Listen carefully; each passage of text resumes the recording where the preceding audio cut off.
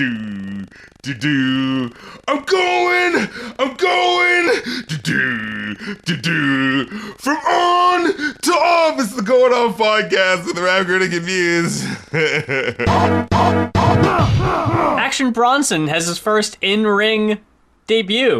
There's a wrestler in AEW who uses an Action Bronson song as a theme, and a couple weeks ago he was getting a beatdown, and Action Bronson was in the audience, and he jumped the guardrail and ran in and made the save, so they booked the tag match with that one wrestler and Action Bronson as a tag team.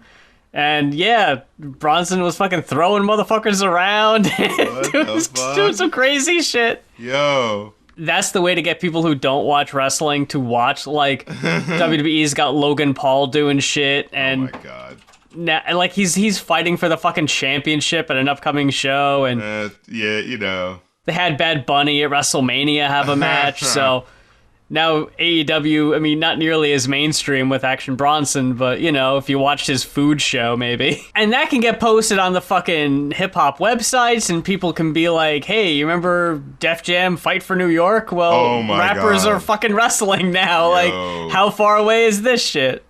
Yo, listen to me, industry. Def Jam, you want to be relevant again? Get your asses in gear. Make a real fucking Def Jam, not that bullshit third one. Okay? Make a real fucking Def Jam. Use the exact, all you gotta do is slightly update, like, the mechanics of that original. Fuck it, do the Crash Team Racing refurbished, like, update it, but just, like, give new rappers, you know what I mean? Like, you could just reskin it with, like, you know, new rappers or whatever, like, people that would be dope. Want that shit so bad. You guys don't... Money being left on the fucking table. You know what kind of fucking content we would have had for years now if you could have a fucking match of Drake versus Kanye or some shit? Like, when's the last time, like, a legit Def Jam fighting Celebrity game came out? Celebrity deathmatch sort of thing. Like, yeah. It was like 2004 or something like that. Oh my god. Yeah, and it's like, really? Do we think nobody wants, like, you know what I mean? Like, it's like the most recent rapper you could get in that would probably be like Fitty. Yeah, and it's like, was he even in that? No, he wasn't in that because he had his own video games, you know. A Blood on the Sand and Bulletproof. And what have you. Yeah. But that's bullshit. He's built like a fucking wrestler. He's made for that fucking game. But yeah, I'm just saying, like, man, if you could have made it like a rotating, like every 3 years, the new, like, you know, rappers in the game, kind of like, you know what I mean? Get the video game, that'd be awesome. Or fuck that, just do what they do with what was it, the Metaverse video game or Smash. Oh man. Every year or two, like, hey, a couple more fighters, fucking DLC. You can just download them, and the ever growing cast of roster of rapper wrestlers. If someone wants to do hip hop all stars, like, come on, guys, money being left on the table. We all know we like the wrestling hip hop video game crossover. Money left on the table, ladies and gentlemen. As a rapper, you would be so silly to not want to be included in the game. Right, like, you were the one who was left out, you know, like... Like, even going back to when WWE was like, hey, Fred Durst, we want to use your song that's, like, Undertaker's theme. We want to include it in the video game. And he's like, okay, that's fine. Put me in the video game, and we got a deal. So then there you are. You can fight as fucking Fred Durst with the red cap and everything in the video game. Like, why wouldn't you want that? Who doesn't want to be in a video game? I'm like... We've talked about this before. Rappers, regardless of the persona and the facade they give in public, they're all huge nerds. None of them would turn down the opportunity to be featured and playable in a video game. They would all lose their shit over that. Yeah, man. But it's like, I don't want to look like a bitch being beat up by blah, blah. No, I don't think anyone is even going to have that ego about it anymore. Like, put me in that fucking game. I want to see how cool I look. Give me the best stats. You know, everyone would, like, argue over that shit. It'd be so fun. Right. It'd be like, oh, what would your, like, fighting style be of all of the fighting styles that you would want? You know what I mean? Like, they could ask the rappers, like, you know, like... Oh, they'd only get to pick their own finishing moves? Like, oh, yeah. Mine's... Oh, that'd be so much fun. we have got two fan-requested albums this week. And before we get started with either of them, if there's an album that you would like to request us review on an upcoming episode of the show, head on over to our Ko-fi, that is ko-fi.com/goinoff. That's GOINOFF. This is Problemaddicts Dark Side of Oz, requested by Joseph Bergeron. And I haven't thought about Problemaddicts since my old downloading rap albums off Blogspot days. My fucking listening to Immortal Technique. I'm a rap snob where I don't listen to any of that shit on the radio. The shit has to be conscious or have old school beats and have record scratching on it, which, I mean, spoiler alert, that shit is all over the Problemaddicts album.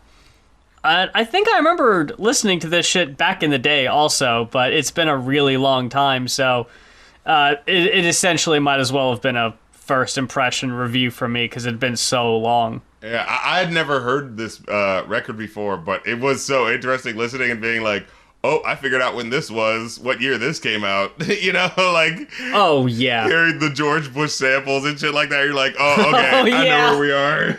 Oh, God. I like the concept of this. Sure. If nobody knows from the title alone, they're doing the...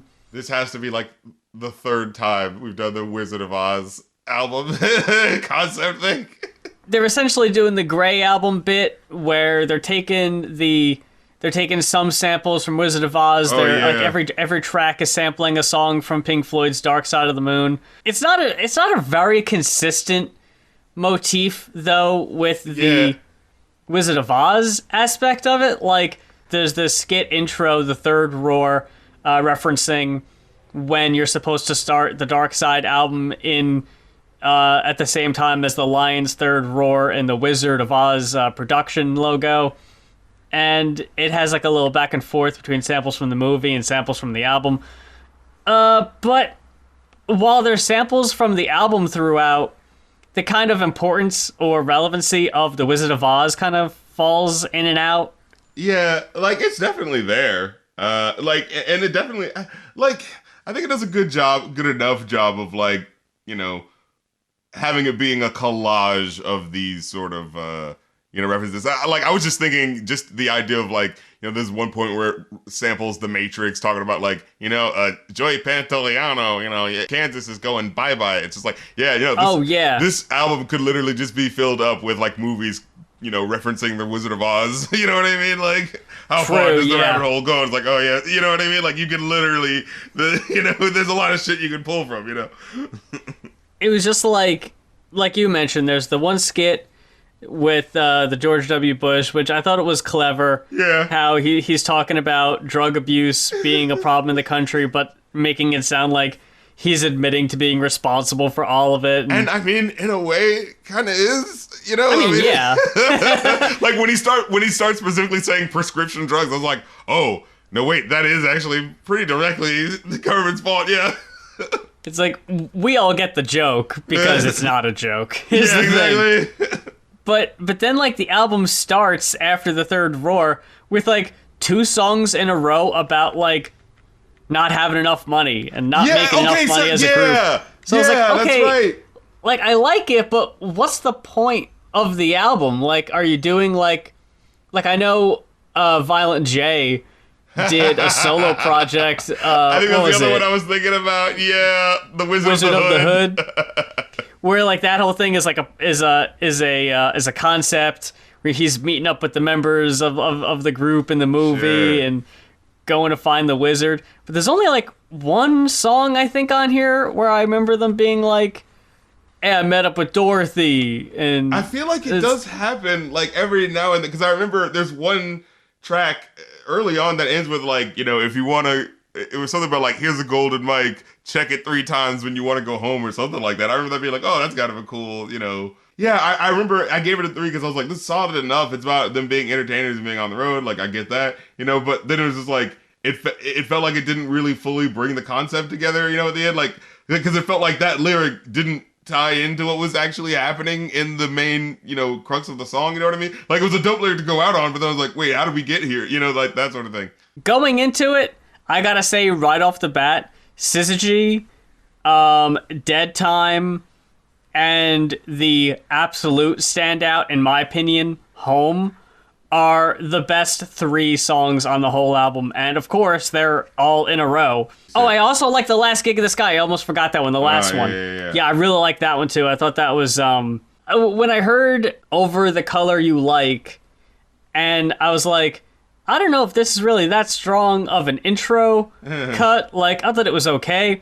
But then when I got to Last Gig in the Sky, I was like, this feels like this should have been the first track. Right, yeah, but it's so solemn and depressing that it feels like the song you go out on. So I was like, whatever. I mean, y'all already did it, so it's not like it matters. But I was like, yeah, I guess. I couldn't decide. That's true. Or maybe it needed to be, like, split into 2 parts, like, you know, a Pink Floyd album we could name, you know what I mean? Like, oh, I Shine on You Crazy Diamond, part 1 through whatever, and then it comes back later. Yeah. You know, Over the Color You Like is okay. I liked Money. I liked the remix of Money. Especially that one lyric, like, and Roger Waters could sue us for the money we don't have.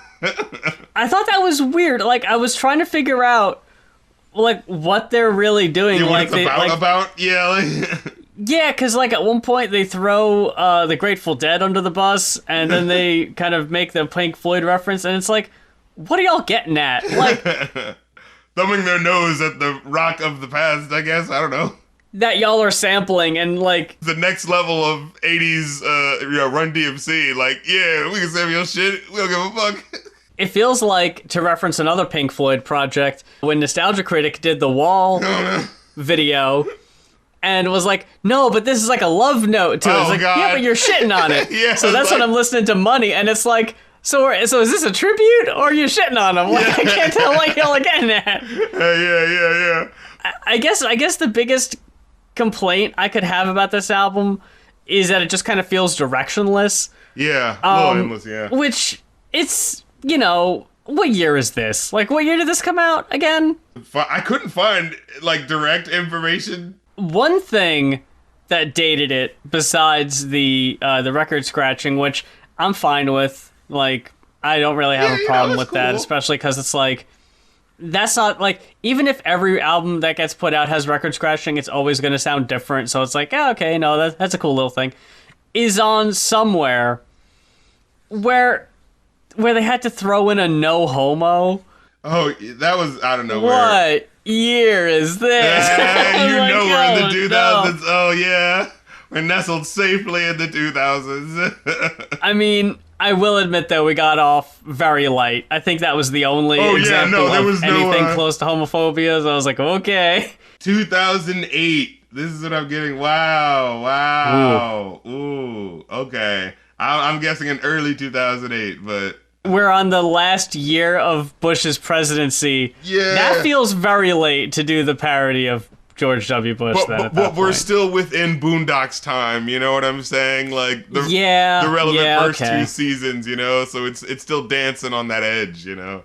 I gotta say, the absolute worst song on here, without a doubt, is No Puzzle. No Puzzle. Get all the fucking way out of here with this track. And the way the production changes too. Like, I listened to this live. Yeah. So I was like, you know, and you can join me at twitch.tv/rapcritical, where sometimes we listen to these albums live, and I was just like having that moment, like in real time, where I was really enjoying the mixing. I'm like, oh, this is so cool. This is like a Danger Mouse sort of thing. Like, and then it's like, not only did they go on their fucking, like, women am I right fella shit, but like they're so trying to get that mainstream hit with how they like cleaned up the production and made it all glittery and auto-tuning. I'm like, get the fuck out of here. Like, no conviction. You know what I mean? Like, where your balls at?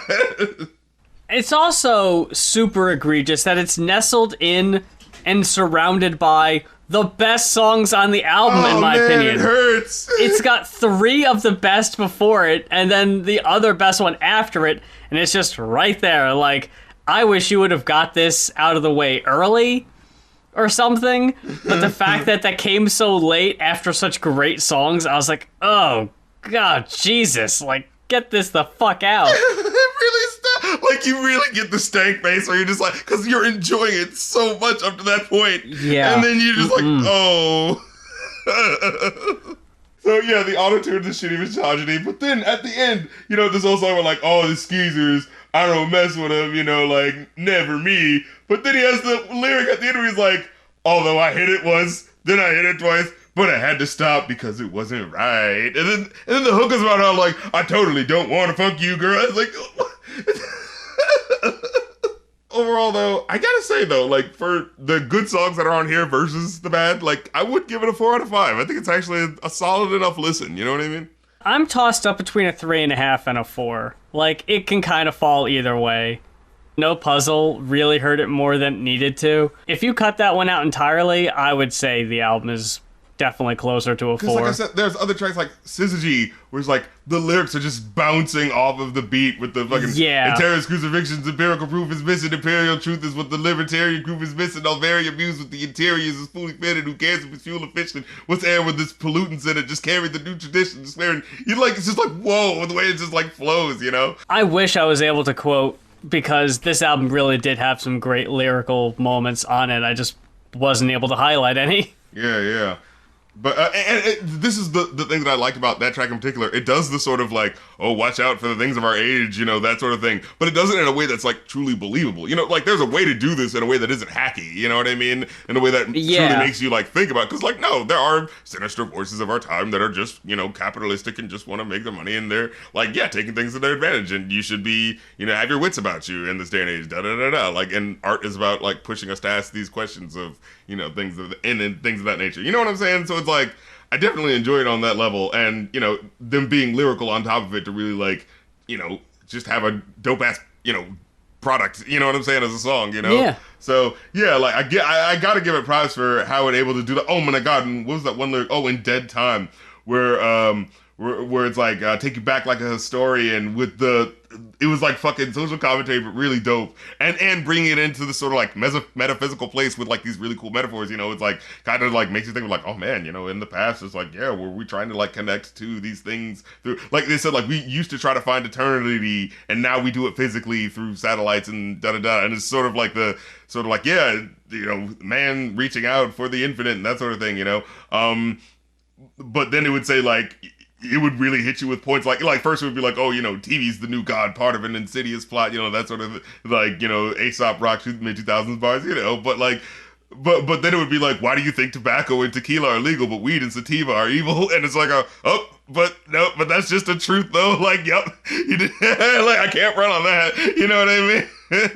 And it's like where growing up means adapting to the corporate design. It's like, ooh, that's just true, like, right? Like, that's what people think. Like, growing up is, like, getting the job and doing the 9-to-5 corporate. And then it's just, like, literally saying, like, will you kill for us? This is how the U.S. measures its friends. I'm like, like, they're not bullshit. So, like, they're not fucking around with some of these tracks. And that's what makes it so disappointing when you get to a track like No Puzzle, because it's just like, what the fuck? We were just all the way up here, On to our next album, Lisa Left Eye Lopes with Supernova, requested by Cheesy Pies. And I was very excited to listen to this one. That's so like, I've always been a huge TLC fan, and I've always loved Lisa Left Eye Lopes in particular. She was always the standout. Like, you could tell that's the cool one to hang out with. Yeah. And I was having a moment. I was like, man, I never like checked out one of her projects. I was like, I remember seeing it, but it just never passed my ears, you know what I'm saying? Like, just because it's like, I don't think she had like a meteor hit like that, And then we find out that the solo album never got released in the States. Oh, yes! Right. And I was like, because I do remember, because at first I was thinking like, man, I just never heard of this at all. But then I was like, wait, but I did hear that Block Party song. Because I remember my sister used to sing that, we were dancing all night long, we were dancing all night long. Like, I remember that being an underground smasher, like you couldn't escape that one because everyone was, that's the earworm, like. And so I was like, I had that moment of like, well, wait a minute. Yeah, why didn't I hear more of this? And then it's really a shame because like she died later that year. So it was just like, damn, like she had one album that got shelved. And it's like, that makes no damn sense when you consider like just how huge of an artist this was, you know, like, yeah, man, they did female black artists dirty, let's just say it, in the fucking 90s. Jeez and Grove. A similar thing I feel happened to Charlie Baltimore, where she was hanging with like 3 different groups. It was like she was first with Biggie, and then she was with like Cameron's group, and then she was with Ja Rule's group. And these are all 3 groups. So like, as soon as I say it to you, you're like, whoa, yeah, wait a minute. Yeah, you had that moment like, yeah, she was rocking with those groups at different times. Like, why did she never get on? That's like 3 groups that she rocked with that were like pretty fucking huge. What the fuck? And it's like, and her shit just got shelved when it happened. And I was like, what the fuck? Like, what's happening? We gotta have a revival. We gotta start pulling these albums out of the dark. Maybe that'll be my next request. There you go. You know, I think maybe I've got it if I don't go with something else. So what did you end up thinking about this album here? It's certainly cool. There were parts of this album that were like, I was listening, I was like, whoa, this feels like we're like listening to the fucking future of music right here. Like, wait, what the fuck? Hold on, this is dope as shit. And then there's other tracks where it's just like, why is she rapping like she's still in 1992? What's happening? You know? I thought this was really rough. I had Let's start with track 1. I had a really hard time with this one. Because, like, I did not grow up listening to TLC. I'll admit that. So I kind of went into this with very little impression of Left Eye. I remember everyone always goes to the rap verse on Waterfalls and why it's never, played on the radio version and all that. Yup. You know the bullshit. But going into listening to this album, I kind of had a feeling of Waterfalls in that you got Lisa Left Eye doing the short kind of rap verses, and now she's attempting a full album of it. And I was like, yeah, I think you're in over your head. Honestly, like, I think you're better off with the short little verses in the R&B songs, not trying to carry whole rap songs, let alone a whole hour-long album of nothing but rap on it.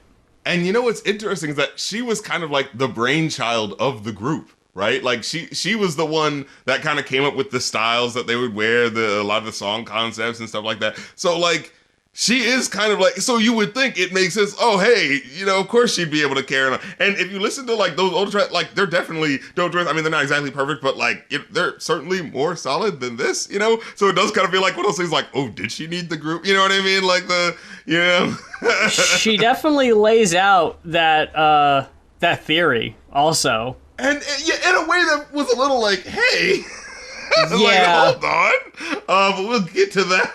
I feel like this was a very early 2000s thing, especially when someone's out on their own. Yeah, this is my kiss off to the people who doubted me. Yeah, they got to do the song about how, I was responsible for everything, and I was the reason anything happened, and good luck without me type kiss off anthems. And we got like one song on here that was like super addressing controversy, and other than that, they kind of tiptoed around it, which I think is better off. Like, yeah, she definitely would have been better off tiptoeing around some of these things, because we'll get to it.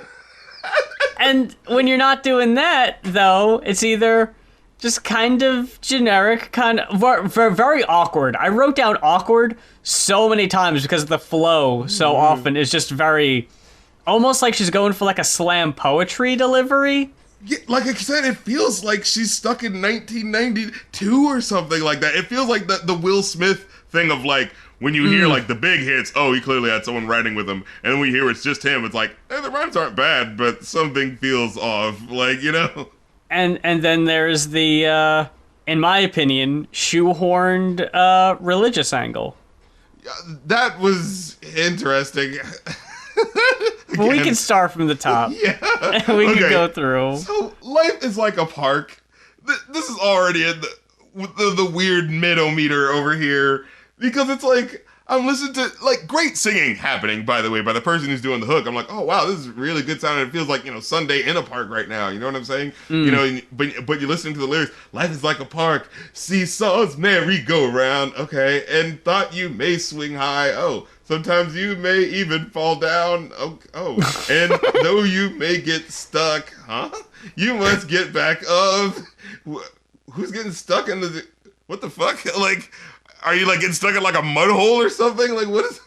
I got crushed. I fell in a ride and I got crushed by the gears. Yeah, you are bloomin' love. I was like, with a title like Life is Like a Park, you'd think we're going to go on, like, a metaphorical, like, oh, you may swing here, but, and then you might get on the monkey bars, you might monkey around it. Like, some sort of fucking, like, like, play on words or something. Anything, please, yeah. But this didn't try. But it's like, and what she's saying at first is like, oh, it's never too late to lose who you are and choose who you are supposed to become. And it's like, it's not a bad message. Why the fuck did you say it like that?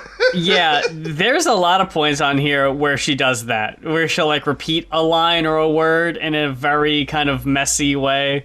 It's so that annoying, like, oh, my sentence wasn't finished, but the rhyme was here, so I'm just gonna awkwardly say the rest of the words.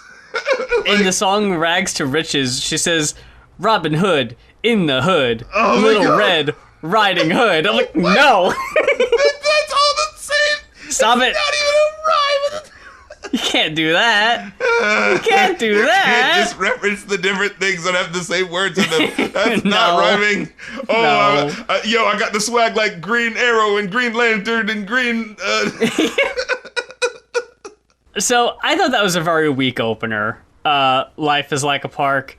Again, title is kind of weak too. But Hot, I think, is where we're supposed to get the discussion started. And This one, oof.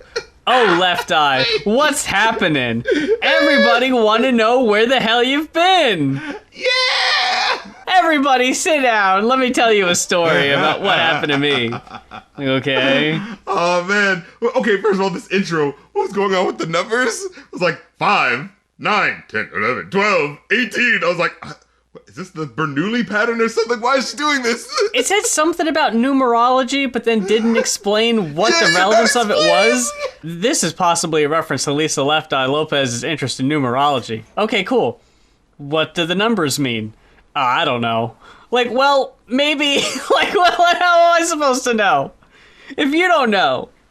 And then, was this one lyric like, she's the one that you thought would never do a solo LP. Yeah, now what chick could outsell me? And it's just like, yeah, first of all, knowing what we know now is kind of oofy, but also just like, what are you talking about? Everyone wanted to hear like a solo. Everyone was always like, oh my god, the rap verse by Lisa Left Eye. Leo, when's she gonna do it? You know what I'm saying? Like, what are you talking about? She was like, next to Andre 3000, she was like the I can't wait to hear what she does solo sort of person. You know, like, what are you talking about? But this is the I gotta be hated by everybody rapper energy, of that early era, But even though it's Rockwilder doing the production, that Pharrell sound and hook, I like that. I really thought that was cool. I thought that was cool. Teaches children, babies. Where the hell you been?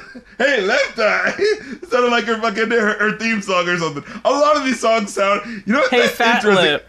I think a lot of these songs sound like, they say she's tapping into her inner child. And when I saw the description, when I looked at Wikipedia, I was like, oh, avant-garde, like, that's interesting. And it's like, and when I listened to it, I was like, yeah, I do get that. It is really weird and avant-garde in places and how it's, like, experimental with its sounds, at certain points. And I think that works to his detriment at certain points where it's just like, wow, that sounds really cool. This feels like the energy that it's giving. It feels like sort of like, whoa, this gives it a bit of a more timeless quality than the certainly dated tracks that are like, right around the corner of the song. You know what I mean? Like, a lot of these songs feel very like kind of childish and silly, but like, if you're in the spirit of the energy, I think you can really enjoy it. You know what I mean? Like, this is what, it's a very personality driven record, I feel. Again, she does have some lyrics that actually like, support the tough talk. Was that one lyric where she says like, I'm 30 mil and I got a fan club. What you got signed for? I spent on some rugs, DVDs, and TVs, and that's just in the car. You know? Oh, like, yeah.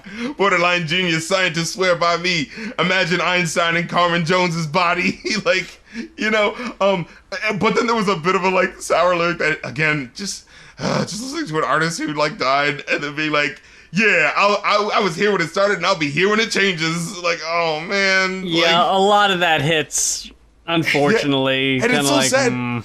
Because she, like, you can hear a very creative side of her in a lot of this music, I feel. And it's like, man, what if she would have stayed around longer and was able to do more? Like, you know, it makes the mind wander. You know, it's like when I hear some of these tracks, I go like, wow, if we would have heard, like, just album number 2, would there have been, like, some, you know, gems we could have picked up? Like, there's certainly the dusty 90s-ness of a lot of the, you know, flows and shit like that. But, like, hey, you know, your next album, you can improve. You know what I mean? Like, you never fucking know. And it just sucks that we didn't really get that. But, Block Party. Okay, what did you think of Block Party? I hated it. I fucking I could not stand this shit. Get this the fuck out of my face. Oh, I think it's an acquired taste. Yeah, I suppose. Say your piece as we go off. No, I don't know what to say. I know this was the leading single. I know this was, but I don't God, did see you see the music how. video? Yeah, it looks cheap as hell. Yeah, it's so like, wow, cutting edge 2000s music video here. Yeah, I don't. And I'm just very curious how you had all the momentum and the lead up of TLC. With all that build up, I don't see how this album is so mediocre. This song is such a jumbled mess. With the, ooh, they playing hopscotch, like that whole break, I was like, what's going on? And the, what's your name, Lisa? Like, all that, it was like, how is, like, this should be like a really short skit or something. It's so weird and unorthodox, right? It's like, choppy. But, like, I enjoy that weird, like, it's one of those things, it's like a Gorillaz thing. It's like, I know this isn't, like, perfect, but there's something so weird about the fact that they're going for it. Like the fact that it sounds like that Timbaland production where it's like sampling sort of like Hindi sort of music, but then there's also that sort of like double Dutch bus, you know, 70s feel to it. So it's like, it's these weird, and there's also that like Marvin Gaye sort of feel to it at one point. Like, you know, it sounds like they're doing that. And it's like, whoa, that like mixes in a way that I was not expecting, you know what I mean? Like, it just threw me off the production. And yeah, the way, like, at first I was like taken aback by listening to it, but like, because I remember when I first listened to it a long time ago, I'm remembering now like having that feeling like, it didn't really hit me as hard, but then like just how weirdly jangly and infectious it is just kind of like fucking hits me now. And it's like, it's weird how it just keeps moving as a song. Like, you're right, like it's not really like a verse chorus sort of thing. It just kind of like happens and continues. It's like it really does feel like, hey, we're walking to the block party right now, and it's like it sounds like you're joining Lisa Left Eye, and just like, yeah, where are you going? No, now, the one thing that is a little confusing to me is where it does feel like it feels like it's half a G-rated song and half an R-rated song, you know, like because it like the first half feels like it's like, hey, we're just hanging out with a bunch of friends going to a party. It's 12 p.m. on a Saturday, like it's awesome, and then the second half is like, hey, girl, like, yeah, let's party down. And I was like, wait, are we in the same space like as the kids earlier? Like, you know?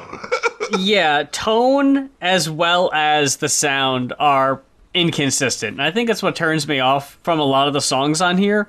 And even on another topic later, where we get to the religious references and everything, and how that's jutted right up against like language and like things that don't feel like they would mix, especially on the Tupac song. But like, I was so confused by that. Like, the whole first half of it is like pretty spiritual, and then we get this really explicit Tupac verse, and I don't even think it makes any, like, I don't know when it was recorded. Yeah, because wait, Tupac is dead at this point. He's been dead for like 5 years. And so this wasn't like we were just hanging out in the studio. Yeah, like it's like a... It felt like when Drake used that Michael Jackson sample. Like, yeah, where did you get this? But at least Left Eye might have known Tupac, but that still also feels like its own level of awkwardness of like, why would you do that though? Like, you know... I also hated the dancing. I hated that.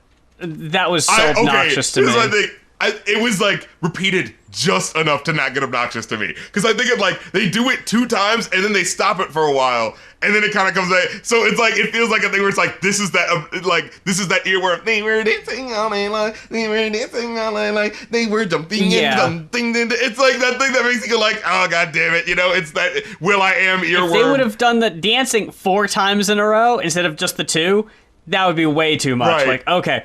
But no, I do like the bumping and like that's like, oh, okay. Right.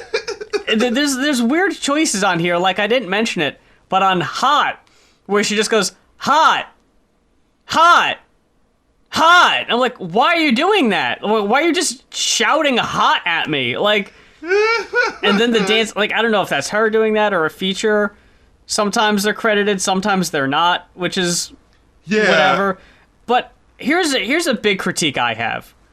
Why are all, and I mean all, of these songs so long? They're all like 4 minutes and change. Like, they don't need to be. Especially because most of them just like repeat for the last minute and a half. Yeah, this feels like 2000s. You know, we got 78 minutes on the disc. You know, we're gonna fill it up. We gotta pad the whole goddamn thing and have a hidden track.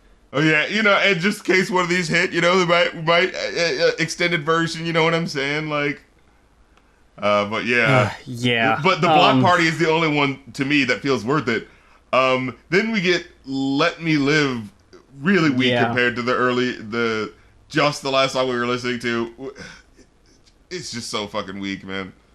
Yeah, I just have awful chorus written down. I don't remember how I don't remember how the chorus even went. I just wrote down that it was awful. This is the thing that was getting me. It's like, whoa, I thought Lisa Lepti was kind of like the one responsible for like putting really like the arrangement of a lot of the songs together. And so it's like, well, I thought you were able to write these hooks at least, like, but very few of these hooks really like, you know, popped with me. And it was kind of like, it was that moment where you're like, that was the hook? Like, you know? I don't think any of the ones she did hit. Like, I liked the one with, is it pronounced Black? Yeah, Black. Yeah, on Head to the Sky. I thought the hook on that worked, Natina's verse was solid. Like, but besides that, the features were relatively weak, and I don't think any of the choruses that Lisa herself did hit. Now, I will say, I really did like Jenny. No. Oh no, I'm getting the down from Muse over here. No, I really like this one. It was a fun, chilled out joint, and I love how like I kind of enjoyed how like the first half of it felt so weirdly aimless, where it's just like, when is she gonna meet Jenny though? I thought it was about Jenny, and it just seems like it's just like, here's this person I met over there, and that's the person I met over there. Yeah. Wake up in the morning, one thing on my mind: Cheerios, vanilla, almond milk. It's all mine. I devour. Take a shower. Grab the papers. This sounds like a less thoughtful, a less lyrical Ladybug Mecca. You know what I mean? I think her stories are incredibly boring. Like, I don't give a fuck what you're talking about, man. It's so 90s. We're just like, where are we going with this? Were you expecting anyone to actually listen to what you're saying, or were you just talking shit? I also wasn't a fan of, what is it, Jazzy Fa, or... Jazzy Faye, I think, yeah. Jazzy Faye. I wasn't a fan of the chorus on this one either. No, I liked it. Not for me. I thought it was really chilled out. Or like, audience, y'all listen to me yourself. Y'all. Because it's like, I thought it was like again, it's goofy and it's certainly wacky, and like her flow is still the thing, but like because it's more chilled out, I feel like it's a lot more palatable. Again, just to give you a bit of her like very personality driven music going on here. It's like, so we go to Pitt's Lane, way over by the main, to get the rest of the girls with them ghetto ass names. Talita, Bonquisha with them hairdos looking like they went through a seizure. You know, who goes to the movies and you can't see the features, and you hear in the background someone go like, what the fuck? Like, I love little silly moments like that. And then, like, because I was thinking, like, when I was listening to it at first, I was thinking, like, wait, what was it? What happens in this story? How does it end? I don't remember. It's so, like... Did anything happen? Technically, no. Like, I didn't think so. Listen, this is how it goes, okay? So it goes like, So anyway, I'm driving slow, then enormously fast, because Jenny's dumbass slammed on the gas. She says, I'm high, not to mention all the weed that we got in the ride. And the way we drive, we stupid to ride. I busted right on Memorial Drive, and it's like, no, go left, go left. She threw out the hen, I threw out the stash, and we was going speeding oh so fast, and we stopped. The cops had us at last. Was like, what you doing? Why'd you stop? Oh, no, I forgot something. I might have needed to get gas. So the cop walked up, knocked on the window. I dropped. I ain't drunk. I forgot. Uncle Jenny's a cop. Yo, your uncle's a cop. Go relax. It's just me, man. You forgot your keys. It's like, what? That's the story. Like, oh my God. The story's about how this reckless, like, this person wasn't in any real trouble because her uncle's an authority figure. Like, oh my God. I ride a big boy. Y'all ride a Similac. I got a Cadillac. Like, wait. No. Oh my God. I believe in me. You could hear her getting closer to the mic every time she says it. Me. I believe in me. Me. It's like, well, okay. It's my ideas, my show. I'm in control. Me, my. Yeah, I thought this was another really annoying chorus. It's that flow, and I'm glad you remembered exactly how it went, because I was not a fan of that choppy kind of delivery she did on Jenny. Everything I played with the team, but I'm Diana Ross and not a Supreme. Like, yeah, I'm like, whoa. Please stop that. Like, that got on my nerves so much. But I'm just saying, like, Beyonce wouldn't have even said something like that in one of her songs. Like, you know, it's like you know you're part of the group, and you know, like, hey, you know, stand up. Like, that's a dick thing to say, you know? Like, I played with the team, but I'm Diana Ross and not a Supreme. Okay, let's make that clear. Like, whoa. I believe in me, because I take care of me. And, like, this is the one where that snotty kid sound sort of thing gets a little annoying, like, because he kind of heard the thing, I believe in me. And it's like, dude, chill.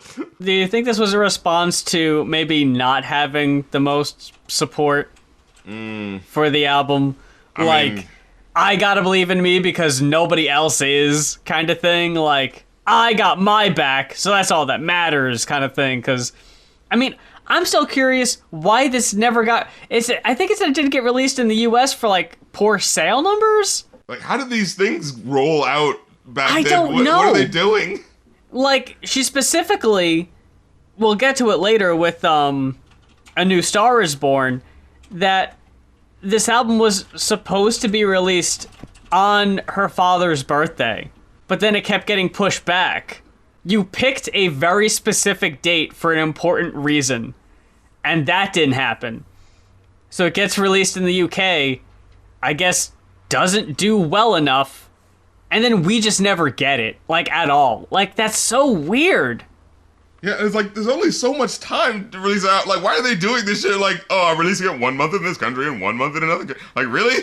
I'm not done with I Believe in Me, because there was a specific lyric in here. Oh my, how could him and I be the same? When the house burnt down, only I took the blame. When the money got funny, I took it to court. And I was like, wait, but that was you that burnt the tub down. Like, you definitely did that. That wasn't like you both lit the fucking thing. Like, that was, I'm like, yes, there was definitely, like, you know, domestic, like, you know, IPV and things of that nature. But it's just like, but you don't respond to anything defensively by burning down a tub. Like, you know what I mean? This, though, fucking rags to riches. I'm going. Oh yeah, the third verse from Left Eye I thought was good. But, like, the first verse was like, and then the second verse, who the fuck? When I saw Andre, man, I was so mad. Oh, you have no idea. When I thought it was somehow gonna be Andre 3000, and then it's, oh no, it's her boyfriend. Oh, Lord! Absolutely no business doing here. Oh, right after the last track. Oh, sweet Christ in heaven. I have no idea what the fuck this album is, man. Like, nobody to tell you no on that might not be a great idea. Oh, man. But the thing is, the one thing like I said, her third verse is good, and I did like the hook with the I'm going, like that actually really hit for me. I didn't care for it. Like that got my fucking energy up. So when I was like, okay, maybe it's not Andre, but well, let's hear the verse. And then when it was just so nothing, I was just like, what the fuck is happening right now? Like, are you not a major label person? Why are you? And then for you to tell me that, it's just like, oh, it just makes me slap my forehead even harder. Yeah, and then he has such a nothing of a verse either. Like, and then he just fucking rambles at the end of it too. It's like, okay, shut the fuck up, man. You are overstaying your welcome, and I have no idea who you are. In the next song, True Confessions, because I believe in time and space, and what a waste if you can't really have your time and space. This song, I got what it was about. It took a while for me to like figure out what she was trying to say, because at first it was just like, it's just like, if you just feel awkward about having sex with like another chick, like, just say that. So she followed me, and obviously my man is gonna want a little privacy, but I was wrong. He turned it up another notch, asked if she went tongue to crotch, and said he wanna watch. Like the way it, you know what I'm trying to say? Like the way it makes like the scandal of lesbianism. You know what I mean? Like it was just kind of like, okay. But then we get to the verse, and she's like, oh, she said her thing ain't girls. We in 3 different worlds. So he mentioned instead that he wants some and so I was kind of thinking like, okay, and it's like, this kind of doesn't sound too bad. But then it kind of gets to the part where it's like, we were straight for about a month until Pure Lust, where the topics we discussed, though I didn't mind, he wanted it all the time. More women, all up in him, spreading venom, and still want to be mine. So I told him one day, can't do it anymore. He reacts so relaxed, said he done with them for sure. Then I caught him one weekend, cheating and creeping, ducks leaking, don't speak, and I'll be leaving. Like,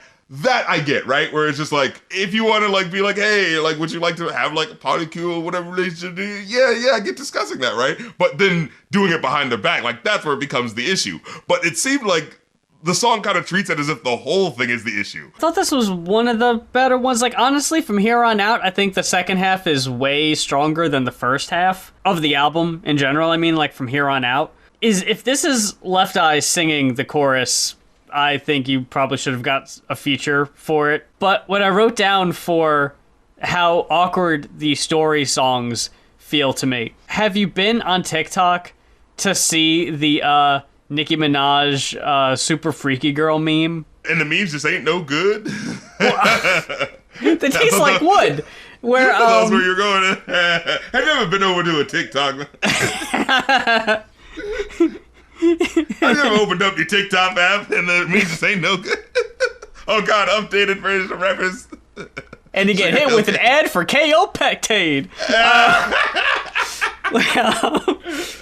But it's like someone tells a really long, convoluted story, but they start with the one thing about me from the Nicki Minaj song. It doesn't stay on beat. It just kind of like becomes telling a story with this song playing in the background. That's what her story songs feel like to me.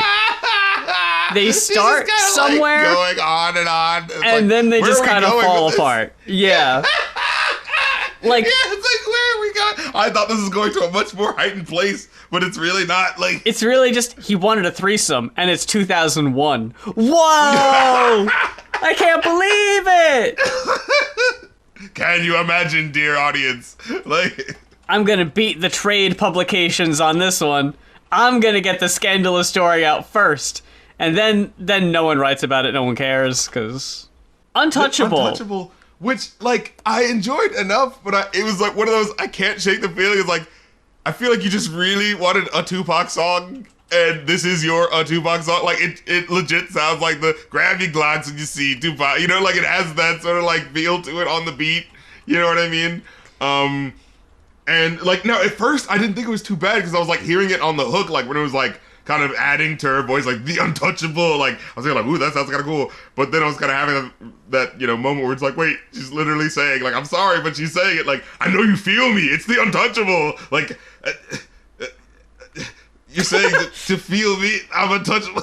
Like, I get what you mean, but do you not hear what you're saying? Left Eye clearly, trying to get her Tupac on, you know what I mean, with some of the flow where she was like, the baby, like, I need someone to hug. Like, there was some sort of lyrics where it's like, demons still find it livable. I need a hug to hold my soul inside my body, like, it's like, oh, okay, that's kind of a, like, interesting sort of lyric right there, Then it gets to Tupac's verse, and I was like, wait, this is from something else, so, that kind of sucks and feels a little throwaway, It really is the second half of the album, too, where I'm a mention getting right with the Lord and how important Jesus is with me. And it's like, okay, yeah, I mean, that's fine. This was a thing of, like, these 2000s albums, right? I remember this trope. It's like, you got the one song about, fuck all these bitches, then the other song about how I love my bitch and no one else, then you have the, you have the song about how I'm gangster, I'm gonna kill you, then you have the song about how I'm a player, you know what I'm saying? I can get all the chicks, you get the song with the jiggy beat on it, then you get the song about, like, man, why are things wrong in the world? And then you get the song where it's like, nobody understands me but my mama, and or slash the song about getting right with God, because, like, man, life crazy, like... If you're gonna have the Pac verse, maybe put it on a different song, is all I'm saying. I don't think it necessarily fit on this song. Yeah, it felt like this should have just been, and his vocals are kind of in the background of the hook. Oh, it kind of adds a little extra texture to it, Like, yeah. Then you get Head to the Sky. Yeah.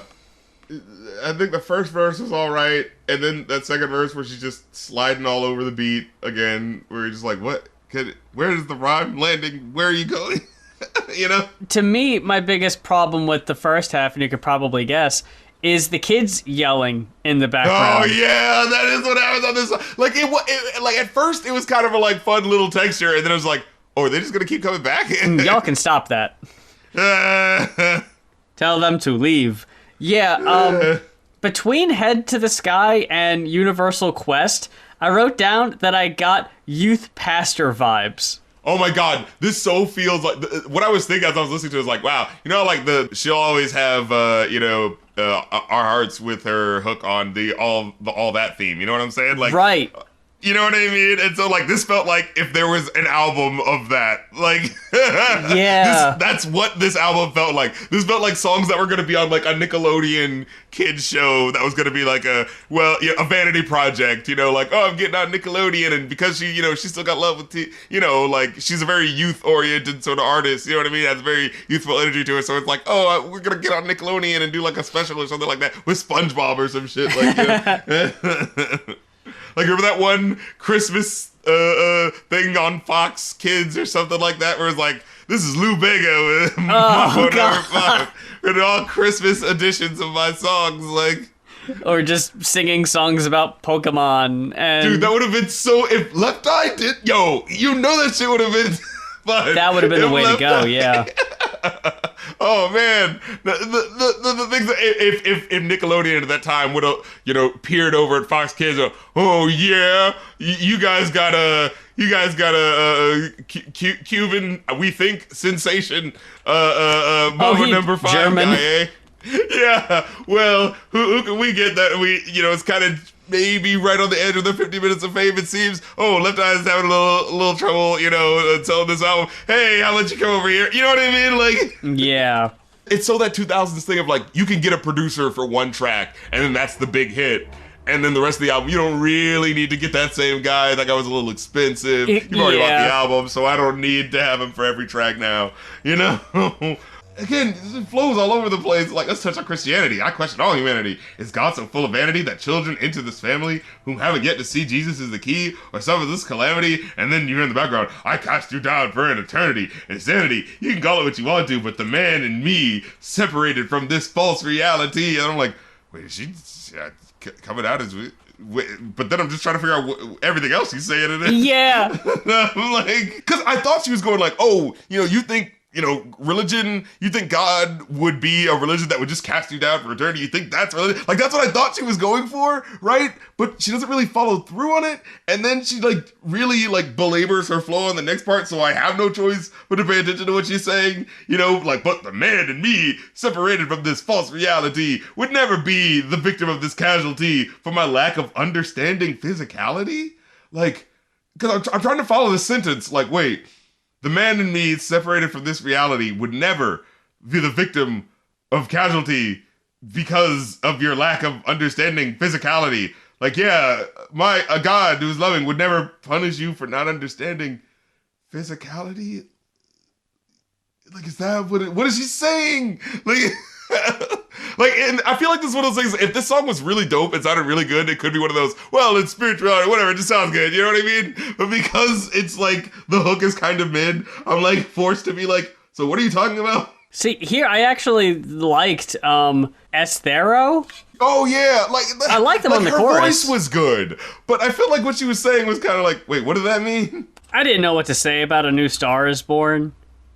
It so threw me off as it was developing as a song, where I was like, at first I liked the backbeat, the very minimal sort of like, synthy sort of stuff going on in the background. I was like, oh, this is just kind of like nice chilly synths. It's like, okay, and it's weirdly free flowing. Like I kind of liked how at first, where it just felt like she was just kind of talking to somebody and just kind of like, it felt like at one point it felt like she had like a bit of inspiration, like she was actually hearing the person she was talking to, going like, oh, hey, wait, are you trying to tell me I should do that? Like I did kind of like that, you know what I mean? But there would just be certain parts where she would be like, you're revealing information that I'm not sure that, like, this is kind of bringing down the mood of what you're going for, but I don't know if it's like but she's being so real thing, or if this is like I don't know how I feel about this relationship sort of thing, Yeah, I was just kind of like, again, how I kind of feel about the more religious songs. It's like, go ahead, do what you want to do. I don't really know how to feel about it. I'm just kind of here watching, And I thought Breathe was probably her best rapping on the whole album, and I hated that it was a hidden track. I didn't really like the second verse as much as the first verse. Yeah, she fell back onto that stilted flow. I got a 2. I give it a 3. I think there's, a lot weird and interesting in here that I actually, like, enjoy the moment of as I'm listening to it. But it is just, so all over the place outside of, like, the maybe 4 or 5 really good gems. You know what I mean? Like, I don't even feel like they were necessarily gems, personally. The best songs on here I felt were still kind of mediocre. That's why, like, it was middle of the road at best for me. Because it's so, like, such an awkward picture now, because, like, before I'd heard this record, it was like, oh, man, it was the whole group together, and then she kind of did her solo album, but, people want to get their projects out, you know what I'm saying? And then, they want to do their thing, and then, hey, we'll come back when we do it, and then, oh, man, tragedy struck, and, we weren't able to complete it. But now it looks like, fuck you guys, I don't need you. And then, like, because I remember after this, like, after she died, it was like, hey, TLC, like, it's only 2 of us, but, we're carrying on the legacy. And I always remember feeling like, oh, it's not really the same without her there, But then to find out the extra information is like, and she was, like, angry at you guys for some reason. Like, it just really sours the picture, Well, that about wraps it up for this week's episode of Going Off. Thank you so much for spending your time with us and listening to our show this week. We greatly appreciate it. As mentioned before, if there's an album that you would like to hear us talk about in a future episode, head on over to our Ko-fi. That is ko-fi.com/goinoff. That's GOINOFF. We got the Riffcoms fan house. A mutual was nice enough to hook me up with some old lost content from the Blip days that I've been going through, trying to post some old lost media on there, as well as the Kids Bop reaction videos. Twitch.tv/rapcritical. Get with it, act like you want it. We be doing these streams. I go through the Billboard Top 100 list, or I go through, live stream the album that I'll be listening to for the first time, when we're doing Going Off request. So holler at that. Definitely the Going Off Ko-fi if you want to request an album, but if you want to request a movie, music video, or a album for me to just stream on my Twitch, you can head over to ko-fi.com/rapcritic. That's where you can get those requests in for the one-time donations, and for the ongoing donations, of course, it's always patreon.com/rapcritic for ongoing donations, and there you get to see the Rap Critic episodes early, get to see my movie podcast early, as well as join the Rap Critic Discord and chat with me and fellow fans about music and TV and all that fun, sexy stuff. So get with it, act like you want it. And until next time, for Going Off, I'm Muse. And I'm Rap Critic, and we were dancing all night long. We were dancing all night long. Music bumping and we're jumping and they're playing our favorite song. Fuck me, dude.